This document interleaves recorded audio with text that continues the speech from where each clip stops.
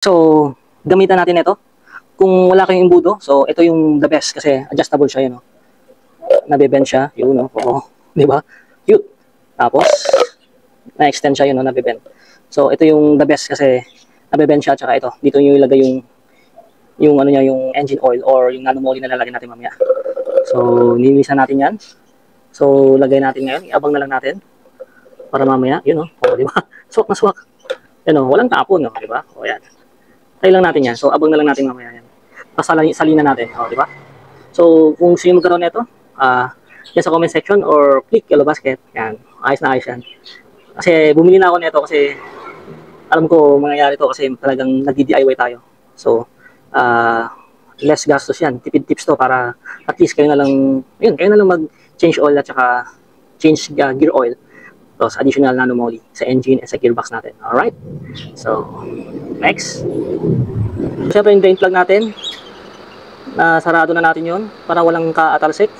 Wala hindi masayang yung oil natin. Kasi kapag hindi natin nasarado yun, sayang to. At saka ito, yung imbudo natin. Oh, napaka-useful, di ba? Napakaganda. Yun. Walang tapon yan. Oh, di ba? Suwak na suwak. Oh, di ba? Walang tapon. Suwak na suwak yan, oh. Tak-tak pa natin yan. Yan.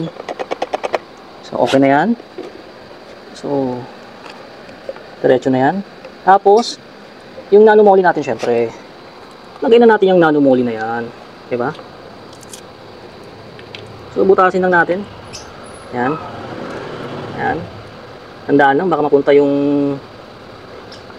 plastic doon. Yan. So, ang itsura ng nanomoly natin is, pakita ko sa inyo. So, yan yung itsura niyan. Yan, oh, yun, oh. So, mamaya sa gear oil natin, ano lang yan? 2 cup lang. Halo natin sa gear oil natin. Yan. Yan ang halo natin. 2 cup lang. So, ngayon, buhos na natin to. Nanomoly. Yan. Alright. Tingnan natin kung... Oops, tapon pa. Sayang. Okay lang yan. Konti lang naman. Ayan. So, lagyan natin ganyan para tumulo talaga siya. Diba? So, ganun lang. Tapos, after nyan, balik na natin yung dipstick natin. Nalinis na rin naman natin yan. Yan, oh. Panalo. So, kabit lang natin itong dipstick.